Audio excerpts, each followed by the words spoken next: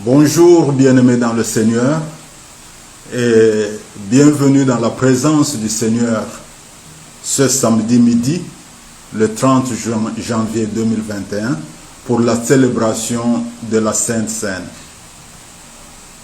Nous allons commencer au moment où nous nous présentons dans la présence du Seigneur pour cette Sainte Seine. Nous allons commencer par nous remettre totalement entre ses mains. Nous allons commencer par lui confier ce service et nous allons commencer par nous confier nous-mêmes à lui le Seigneur. Que chacun, là où il se trouve, baisse sa tête. Bien sûr, s'il n'est pas en train de faire une activité qui pourrait être dangereuse dans le cas où il baisserait la tête. Si vous êtes au volant de votre voiture, ne baissez pas la tête, ne fermez pas les yeux, continuez à conduire. Mais tous ceux qui peuvent baisser la tête dans la prière, c'est un signe d'humilité devant le Seigneur. Baissons la tête et confions-nous au Seigneur. Remettons-nous à lui. Prions le Seigneur. Seigneur notre Dieu, notre Père, nous venons à toi très humblement, nous présenter devant toi maintenant, pour que tu nous accueilles dans ta présence, pour que tu nous acceptes dans ta présence, pour que tu puisses, Seigneur mon Dieu, mon Père, jeter tes regards sur nous et nous introduire auprès de toi, pour qu'ensemble nous puissions être en communion avec toi et les uns avec les autres. Regarde, Seigneur, le fond de nos cœurs, toi qui sondes les cœurs, Seigneur.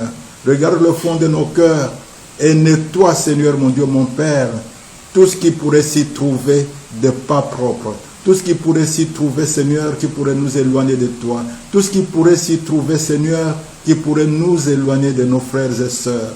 Seigneur, nous confessons nos manquements envers toi. Nous confessons nos faiblesses. Nous confessons, Seigneur, tout ce qui ne te glorifie pas en nous. Aide-nous, Seigneur, mon Dieu, mon Père, toi-même. Aide-nous, mon Dieu. Purifie-nous par le sang de Jésus. Au nom puissant de Jésus. Amen. Nous allons maintenant adorer le Seigneur par une chanson que nous allons suivre avec notre bien-aimé Jean-Jean. Suivons cette chanson.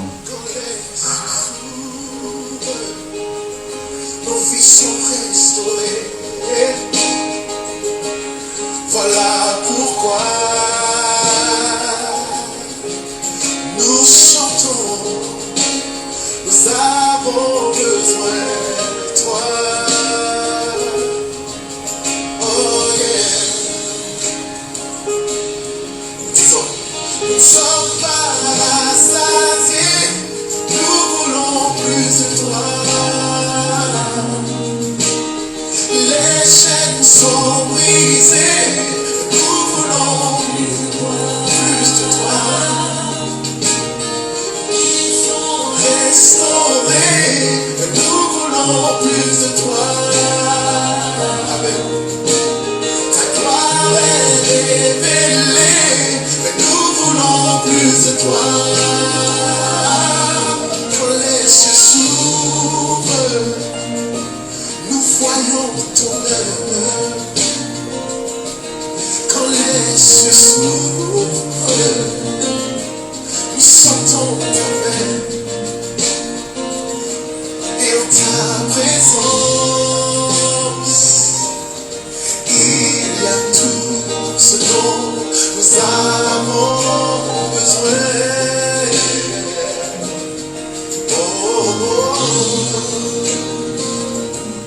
Quand les cieux s'ouvrent, amen, nous sommes activés, amen. Quand les cieux s'ouvrent, en présence, nos vies sont restaurées. Et voilà pourquoi nous chantons, nous avons besoin de toi, Seigneur, de toi, Seigneur. Nous disons, nous ne sommes pas rassasiés, nous ne sommes pas rassasiés, nous voulons plus de toi. Les chaînes sont brisées, nous voulons plus Nos vies sont restaurées. Nous voulons plus de toi, Seigneur. Ta gloire est révélée. Nous voulons plus de toi. Chantons ensemble. Plus de toi. Plus de toi. Plus de toi. Seigneur, on désire plus de ta présence. On désire plus de temps avec toi. Nos délivrances, c'est parce qu'on désire plus que ta présence. Oh, plus de toi.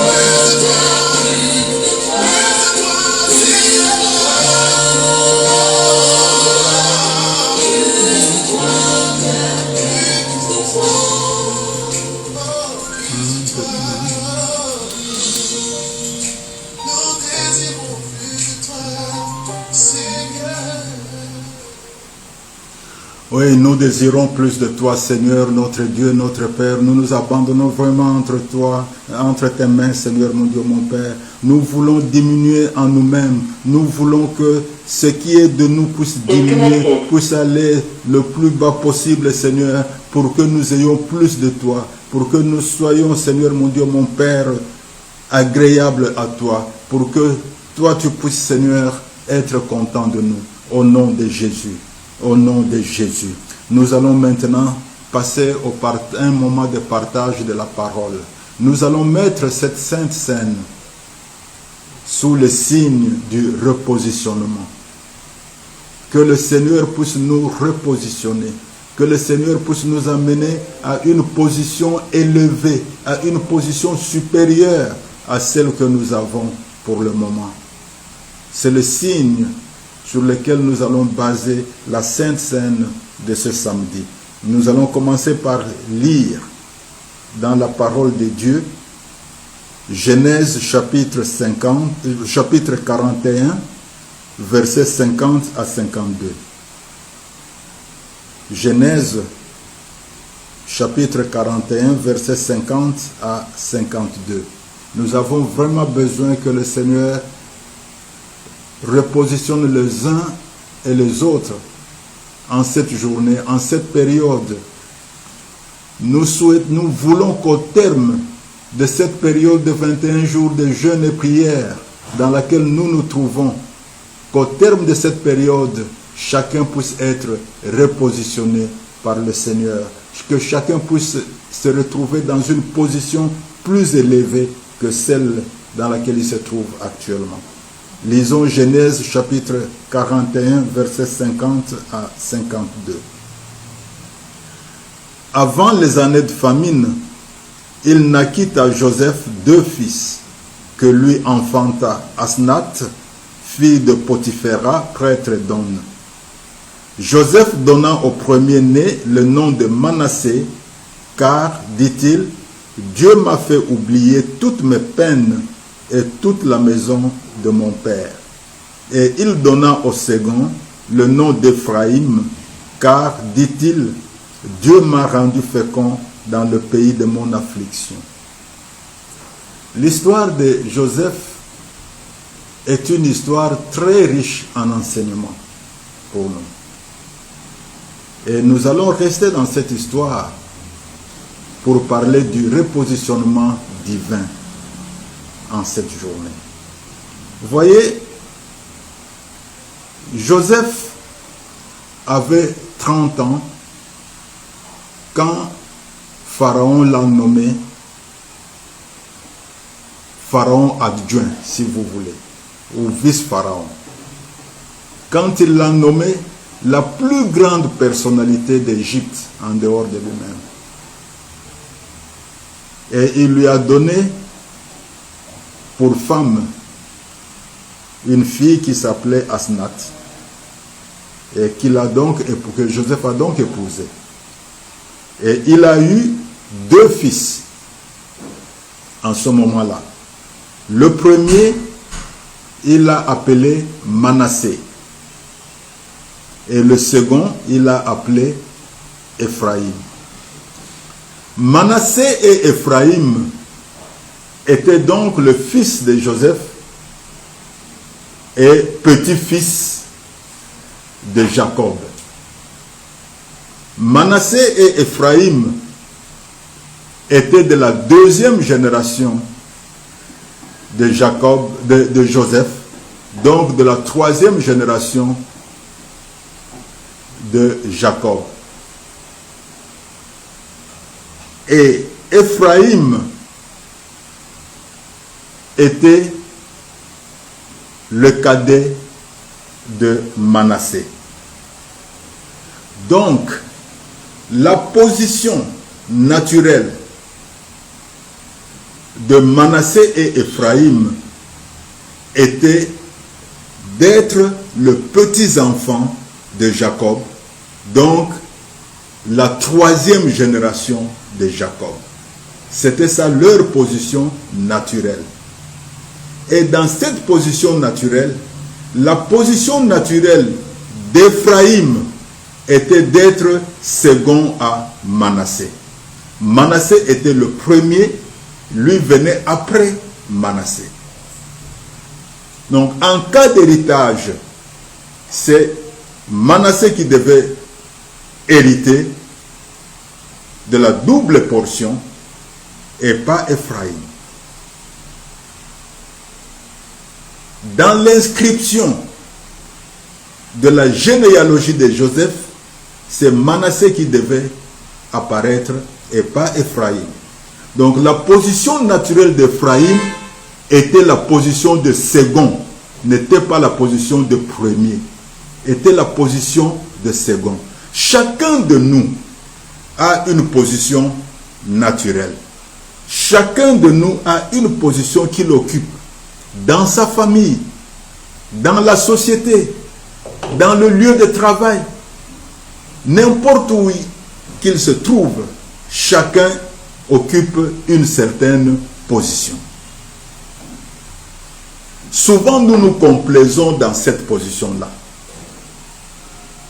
Souvent, nous nous contentons de garder cette position-là.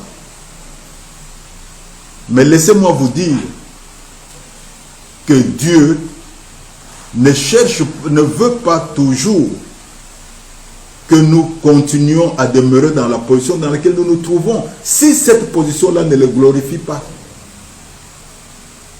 Dieu ne veut pas que nous puissions demeurer dans une position qui ne le glorifie pas. Dieu est souvent enclin à nous repositionner si la position dans laquelle nous nous trouvons ne le glorifie pas. Le problème, c'est que beaucoup d'entre nous ne veulent même pas changer de position. Beaucoup d'entre nous se trouvent très confortables dans la position qu'ils occupent, même si cette position ne les arrange pas, même si cette position ne glorifie pas Dieu, mais ils se sentent tellement confortables dans cette position qu'ils préfèrent continuer à y demeurer. Mais qu'il n'en soit pas ainsi aujourd'hui. Ma prière est que Dieu te repositionne, que Dieu te donne une position qui le glorifie lui, et une position dont tu seras content, une position d'élévation, que Dieu te repositionne aujourd'hui. Lisons dans le livre de Genèse, chapitre 48, toujours dans l'histoire de Joseph, Genèse chapitre 48, verset 3 au verset 6. Genèse chapitre 48, verset 3 au verset 6. Nous lisons: Jacob dit à Joseph: le Dieu Tout-Puissant m'est apparu à Luz, dans le pays de Canaan, et m'a béni. Il m'a dit: je te rendrai fécond, je te multiplierai, et je ferai de toi une multitude de peuples. Je donnerai ce pays à ta postérité après toi, pour qu'elle le possède à toujours. Maintenant, les deux fils qui te sont nés au pays d'Égypte avant mon arrivée vers toi en Égypte seront en moi. Ephraïm et Manassé seront en moi comme Ruben et Siméon. Mais les enfants que tu as engendrés après eux seront à toi. Ils seront appelés du nom de leurs frères dans leur héritage. Ah, Dieu a commencé à repositionner Manassé et Ephraïm. N'est-ce pas merveilleux? Manassé et Ephraïm, de façon naturelle, n'étaient que la troisième génération de Jacob. Ils ne pouvaient donc pas être directement héritiers de Jacob. Ils ne pouvaient donc pas être à la tête des tribus d'Israël. Vous savez que de Jacob, qui s'appelle Israël, devait naître donc les 12 tribus d'Israël. Et Jacob dit à Joseph, écoute, Manassé et Ephraïm, qui te sont nés ici en Égypte, avant que moi je n'arrive, eh bien ces deux-là, moi je les prends comme mes propres enfants, comme sont Ruben, mon aîné, et Siméon. Donc je les prends de cette façon-là. Ainsi donc, dans l'héritage, de la même façon que Ruben sera chef des tribus, que Siméon sera chef des tribus, que Lévi sera chef des tribus, que Judas sera chef des tribus, que Gad sera chef des tribus, de la même façon, Manassé sera chef des tribus et Ephraïm sera chef des tribus. Donc, de façon naturelle, la position de Manassé et d'Ephraïm n'était pas la position des chefs des tribus. On ne devrait pas avoir en Israël la tribu de Manassé et la tribu d'Ephraïm. Mais Dieu a repositionné Manassé et Ephraïm pour être des tribus en Israël, pour être des chefs des tribus d'Israël. Ainsi nous avons la tribu de Manassé et la tribu d'Ephraïm. Donc Dieu les a repositionnés. Dieu peut te repositionner, quelle que soit la façon dont tu es né, quelle que soit l'histoire de ta naissance. Just don't care. Dieu va te repositionner. Si tu t'accroches véritablement à lui, il va te repositionner. Peut-être que tu n'as pas de père. Peut-être que tu n'as même pas de mère. Tu as peut-être été ramassé dans une poubelle et on t'avait abandonné là-bas. Cela n'est pas un problème et cela n'est pas un handicap pour toi. Juste fais confiance à Dieu. Juste accroche-toi à Dieu, attache-toi à lui. Il va te repositionner.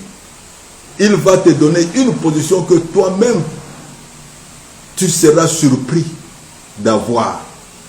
Parce que tu ne t'y attendais pas. Manassé et Ephraïm ne pouvaient pas s'attendre à être des chefs de tribus en Israël. Mais ils ont été des chefs de tribus en Israël. Parce que Dieu les a repositionnés à ce niveau-là.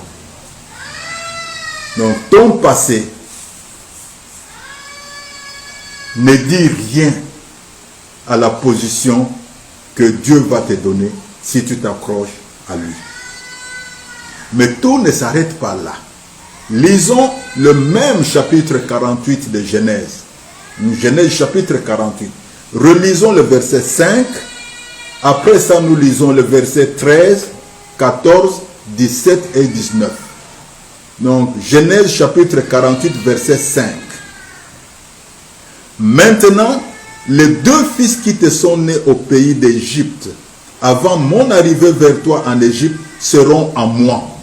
Ephraïm et Manassé seront en moi, comme Ruben et Siméon. Verset 13 à 14. Puis Joseph les prit tous deux, Ephraïm de sa main droite à la gauche d'Israël, et Manassé de sa main gauche à la droite d'Israël, et il les fit approcher de lui. Israël étendit sa main droite et la posa sur la tête d'Éphraïm qui était le plus jeune, et il posa sa main gauche sur la tête de Manassé. Ce fut avec intention qu'il posa ses mains ainsi, car Manassé était le premier-né. Versets 17 à 19.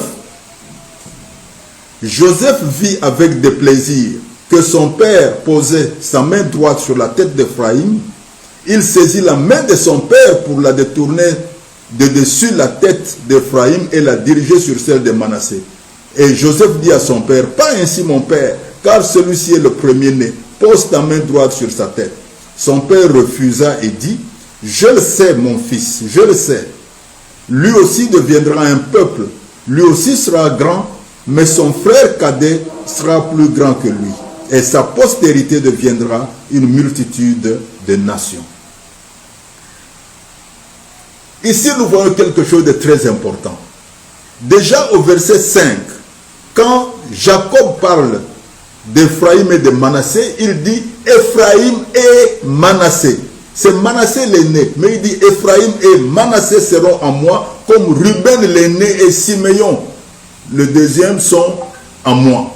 Donc il met le deuxième à la première place. Ruben et Siméon ont gardé leur place, mais Manassé et Éphraïm, il leur change de place. Il met Manassé devant Ruben. Et au verset 14, nous voyons qu'il pose sa main droite, la main qui doit être posée sur l'aîné, il pose ça sur Éphraïm, et la main gauche qui doit être posée sur les cadets, il pose ça sur Manassé. Donc il met Éphraïm devant Manassé.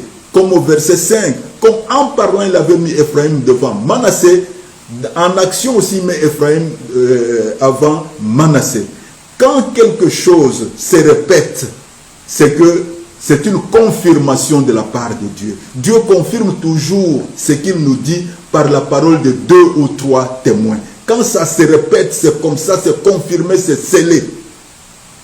Donc, Dieu a repositionné Éphraïm devant Manassé.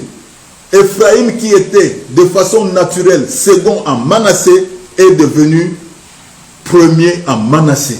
C'est un repositionnement divin. Même leur père, même le père d'Éphraïm s'est opposé au repositionnement d'Éphraïm. Le père d'Éphraïm n'a pas voulu que Éphraïm soit repositionné à la première place. Il y aura des gens dans votre vie qui vont chercher à s'opposer à votre repositionnement, qui vont vouloir que vous continuiez à demeurer dans la même position, la position de bassesse, la position de manque, de pauvreté, la position dans laquelle vous vous trouvez. Il y a des gens qui voudront que vous demeuriez dans cette position-là. Ne vous occupez pas d'eux. Accrochez-vous à Dieu. Et faites ce que Dieu vous demande de faire et vous le verrez agir dans votre vie. Il vous repositionnera. Quand Dieu décide de vous repositionner, il le fait et il vous repositionne. Et aujourd'hui, Dieu a décidé de vous repositionner. Toi particulièrement, je m'adresse à toi particulièrement. Dieu a décidé de te repositionner. Dieu a décidé de te repositionner. Ne t'occupe pas de ce que les gens disent autour de toi. Ne t'occupe pas de ce des petits noms qu'ils te donnent. Ça les engage tout seuls. Ça ne t'engage pas et surtout ça n'engage pas Dieu. Dieu a décidé de te repositionner. Il va te repositionner. Voilà Manassé, voilà Éphraïm qui reçoit un double positionnement. Il reçoit d'abord le positionnement générationnel où il occupait la 3e génération de Jacob. De la 3e génération, Dieu le fait passer à la 2e génération, bien sûr avec son frère Manassé, pour devenir une tête de tribu en Israël. Et en plus, Dieu lui fait un nouveau repositionnement. Il le repositionne au-dessus de son frère Manassé qui était né avant lui.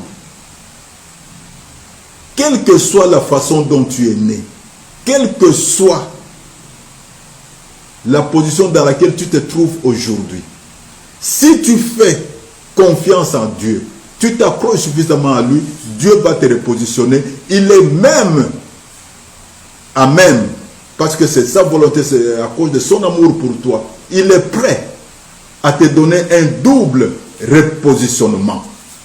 Tu auras un double repositionnement comme Ephraïm a eu un double repositionnement. C'est ma prière pour toi. Nous allons baisser la tête maintenant. Que chacun demande à Dieu un repositionnement. Un repositionnement qui vient de Dieu lui-même. Un repositionnement divin. Que chacun demande à Dieu qu'il le repositionne aujourd'hui. Avant que nous puissions passer directement à la Sainte Seine. Prions. Seigneur notre Dieu, notre Père. Ce que je te demande aujourd'hui, Seigneur, pour toutes les personnes qui prennent part à la Sainte Seine d'aujourd'hui, c'est un repositionnement. Un repositionnement, Seigneur, pour qu'ils puissent devenir non seulement dignes de toi, mais qu'ils puissent manifester ta gloire. Que cela puisse montrer, Seigneur, que c'est ta main qui a agi. Au nom de Jésus. Amen. Nous allons maintenant passer à la Sainte Seine proprement dite. Nous allons demander à tous les chefs de famille de pouvoir prendre le pain, déjà, parce que nous allons prier d'abord pour le pain, que les chefs de famille prennent le pain. Si vous êtes seul, vous prenez le pain vous-même, et nous allons élever le pain vers le Père, et nous allons prier. Seigneur notre Dieu, notre Père, nous te confions ce pain qui représente pour nous le corps meurtri de Jésus-Christ qui a été brisé pour nous, pour que nous puissions avoir tous les bénéfices du salut, tous les bénéfices de la nouvelle naissance en toi et tous les bénéfices qu'apporte la Sainte Seine. Seigneur, agis en nous et que cette Sainte Seine, Seigneur, puisse repositionner chacun de nous selon ta volonté à toi, au nom de Jésus. Amen. Nous allons manger le pain maintenant.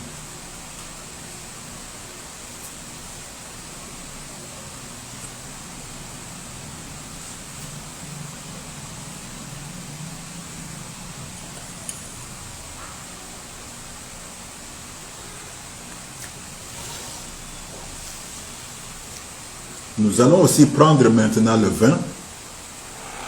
Donc chacun prend son vin et nous allons prier. Seigneur notre Dieu, notre Père, nous te présentons cette coupe de vin qui représente le sang de notre Seigneur Jésus-Christ, le sang par lequel toi tu as établi une nouvelle alliance avec nous. Afin, Seigneur mon Dieu, mon Père, que le bénéfice de cette alliance soit manifeste dans la vie de chacun de nous et que tu nous repositionnes à l'endroit que tu as voulu pour nous. Au nom de Jésus. Amen. Buvons le vin.